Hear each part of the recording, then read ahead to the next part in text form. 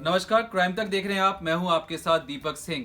तालिबान के supreme leader हफ्तुल्ला अखुनजादा, जो इनके आपकी सामने जो तस्वीर चल रही होगी स्क्रीन पे, ये उनकी तस्वीर है। कहा जा रहा था 2016 की बात से ये तस्वीर में कोई बदलाव हुआ नहीं है। पिछले 5 सालों से उनकी अलग अलग तस्वीरों के इंतजार किया जा रहा था। यहां तक कि जब तालिबान सरकार आई तो ये कहना था कि जो हफ्तुल्ला अखुनजादा हैं, जो उनके सुप्रीम लीडर हैं, सुप्रीम लीडर से मेरा कहने का मतलब जो उनके हेड हैं, जो कहेंगे तालिबान वैसे ही करेगा। लेकिन जब उनकी जो मौत की खबर आई है कि 2020 में पाकिस्तान में उनकी मौत हो जाती है, पाकिस्तान में मौत के बाद जो पाकिस्तान पूरी दुनिया में अफगानिस्तान की एक अच्छी छवि पेश करने की कोशिश कर रहा था, वहां पे उन पे धक्का लगा है पाकिस्तान को।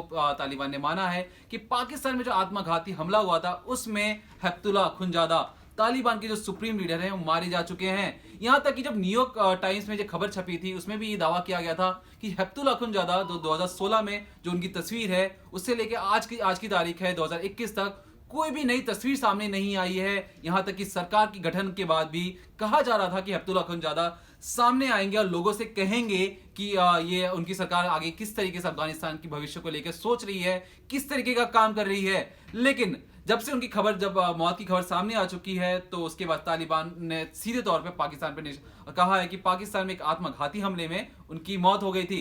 लेकिन यहां पे समझने वाली बात कि तालिबान को कम से कम 1 साल का इंतजार क्यों करना पड़ा अपने सुप्रीम लीडर को मौत की खबर सामने लाने में। तो यहां आपको समझना पड़ेगा कि तालिबान जो संगठन है, ये कई छोटे छोटे आतंकी ग्रुप का एक बहुत बड़ा संगठन है। कई इसमें ग्रुप्स हैं, छोटे छोटे ग्रुप्स हैं। तो तालिबान अक्सर ये करता है कि जब उनके कोई बड़े लीडर्स मर जाते हैं तो इंस्टेंट वो खबर सामने नहीं रखता। वो चाहता है कि उसके लोगों में बिखर जाएंगे, लोगों को एकजुट रखने के लिए, संगठन को एकजुट रखने के लिए वो अक्सर अपने जो सुप्रीम लीडर हैं या कई बड़े लीडर्स हैं उनकी मौत की खबर जल्दी सामने नहीं रखता।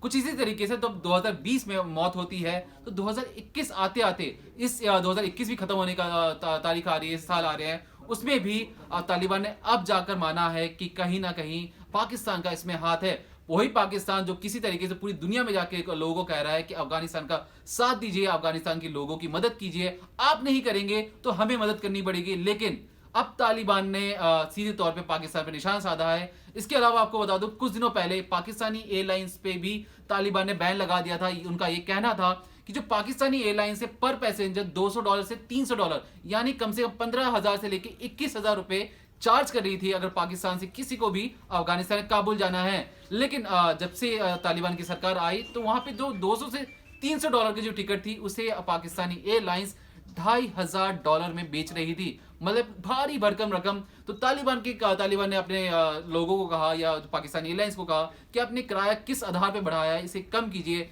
तो पाकिस्तानी एयरलाइंस ने इस पे कम नहीं किया। उसके बाद तालिबान ने पाकिस्तानी एयरलाइन के कर्मचारियों को और यहाँ पाकिस्तानी एयरलाइन को खुली धमकी दी।